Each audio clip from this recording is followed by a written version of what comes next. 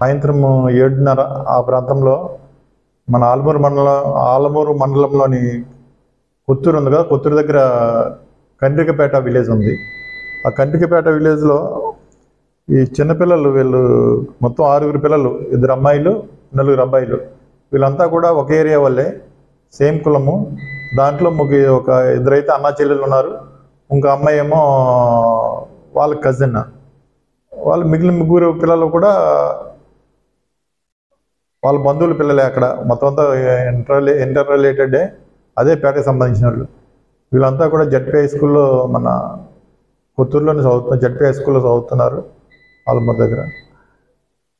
Parents సరిగ్గా వీళ్ళు స్కూల్కి వెళ్ళట్లేదు, 1 మంత్ నుంచి 2 మంత్స్ స్కూల్కి వెళ్ళట్లేదు. స్కూల్కి వెళ్ళామని చెప్పేసి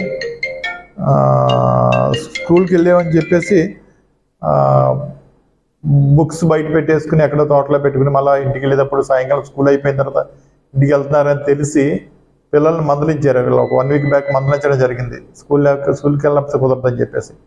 దాని మీదట అనుకుంటున్నాను నేను, ఈ స్కూల్కి తల్లిదండ్రులు మందలించారు, స్కూల్కి వెళ్ళమంటున్నారని చెప్పేసి వీళ్ళు 6 పిల్లలు కూడా కలిపి 24వ తారీఖు సాయంత్రం ఇంట్లో నుంచి బయలుదేరి, వాళ్ళ ఇళ్ళ నుంచి బయలుదేరి బయటికి వెళ్ళిపోయారు. 6:52 మళ్ళీ వాళ్ళు ఏం పట్టుకెళ్ళలేదు కూడా. వీళ్ళు ఒక అబ్బాయి అయితే మాత్రం ఒక 3,000 రూపాయలు ఇంట్లో క్యాష్ తీసుకున్నాడు. వాళ్ళు తీసుకుని వెళ్ళిపోవడం జరిగింది. ఇప్పటి వరకు కూడా వాళ్ళ పేరెంట్స్ వెంటనే మన పోలీస్ స్టేషన్కి మనకి ఇన్ఫార్మ్ చేయలేదు. వాళ్ళ బంధువుల ఇళ్ళ దగ్గర లేదా వాళ్ళ గతంలో వీళ్ళు ఫిషింగ్ చేసుకుంటూ ఉంటారు వీళ్ళంతా. వీళ్ళు ఆ ఏరియా ఫిషింగ్ చేసుకునే ఏరియాలోనే వెతకడం మొదలుపెట్టారు, ఏమైనా ఆ ఏరియాలో అక్కడ ఏమైనా ఉన్నారా అనేసి. ఇంకా రావట్లేదని చెప్పేసి ఇవాళ మధ్యాహ్నం 2 గంటలకి, ఇప్పుడు మేము ఆలమూరు చింతలూరు అమ్మవారి బందోబస్తు డ్యూటీలో ఉన్నాం. ఉంటే అక్కడికి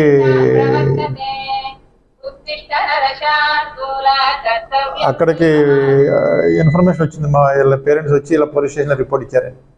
ఇమీడియట్గా ఎస్ఐ గారు, సిఐ గారు, నేను వచ్చి వాళ్ళతో మాట్లాడి ఒక రిపోర్ట్ తీసుకుని వీళ్ళ దగ్గర సెల్ ఫోన్స్ కూడా లేవు. వీళ్ళు ఎక్కడికి వెళ్ళారనేసి ఒక టీమ్స్ ఫామ్ చేసి, విజయవాడ ఒక టీము, అలాగే రాజమండ్రి, విశాఖపట్నం ఒక టీము కూడా పంపించడం జరిగింది. అలాగే రావులపాలెం బస్ స్టాండ్లో కూడా సీసీటీవీ ఫుటేజెస్, సీసీటీవీ మండపేట ఇవన్నీ ఏరియాలో కూడా వెరిఫై చేస్తాం.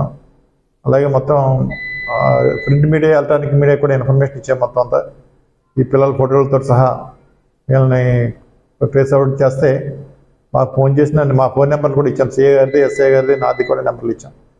ఎవరికైనా కనపడితే వీళ్ళంతా ఒక చోట ఉంటారు కాబట్టి మాకు ఇమీడియట్గా మాకు ఫోన్ చేసినా, లేకపోతే వాళ్ళని తీసుకెళ్ళి లోకల్ పోలీస్ స్టేషన్లో ఎక్కడైనా అప్పగించినా వాళ్ళని మళ్ళీ వెనక్కి తీసుకొస్తాం. పార్టీలు అయితే తిరుగుతున్నారు. మొత్తం అందరికీ కూడా విజయవాడ పోలీసులకు కూడా, రైల్వే పోలీసులకు కూడా ఇన్ఫర్మేషన్ ఇవ్వడం జరిగింది. చర్చస్ జరుగుతున్నాయి. అలాగే ఎవరైనా మాకు ఈ పిల్లల గురించి ఆచూకీ ఇస్తే వీళ్ళకి తగిన బహుమతి, ఇన్ఫర్మేషన్ ఇచ్చిన వాళ్ళకి ఒక 10,000 రూపాయల వరకు కూడా బహుమతి కూడా ఇస్తాను.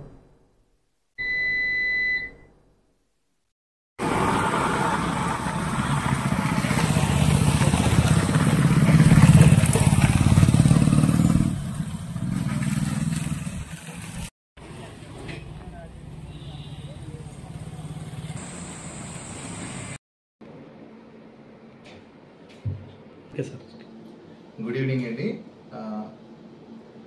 ఈరోజు మీ అందరికీ ఒక విషయం తెలియజేసుకుందాం అనుకుంటున్నాను. ఐపీఎల్ స్టార్ట్ అయిన తరుణంలో ఎక్కువగా ఈ బెట్టింగ్ యాప్లు, అలాగే బయట బెట్టింగ్స్ కాయటం ఇది ఎక్కువగా జరుగుతుంది. వీటి వల్ల, ఈ బెట్టింగ్ వల్ల పడి చాలామంది యువతే కాదు పెద్దవాళ్ళు కూడా ఈ యొక్క బెట్టింగ్లకి నిజమనుకొని వాటి అపోహలో పడి వాళ్ళు డబ్బులు పోగొట్టుకోవడం, తద్వారా మళ్ళీ ఆ డబ్బులు రికవరీ కాక వాళ్ళ యొక్క జీవితాలను కూడా ఎండ్ చేసుకున్న సందర్భాలు చాలా ఉంటున్నాయి.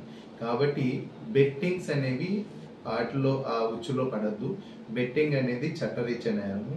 ఈ బెట్టింగ్ యాప్లో అవతల వాళ్ళు ఎవరో మనకి తెలియదు, ఏమీ తెలియదు, డబ్బులు వచ్చినంత ఏదో ఫస్ట్ ముందుగా మీకు 1-2 సార్లు డబ్బులు వచ్చినట్టు ఆశ చూపిస్తారు. తర్వాత మళ్ళీ అవన్నీ కూడా మళ్ళీ వాళ్ళు రిటర్న్ చేసుకుని, అంటే మీకు డబ్బులు వస్తాయనే ఒక ఆశను కల్పించి మీ ద్వారా ఎంతో కొంత ఎక్కువ డబ్బులు తీసుకుంటారు, మళ్ళీ వాటిని మీకు రిటర్న్ ఇవ్వటం జరగదు.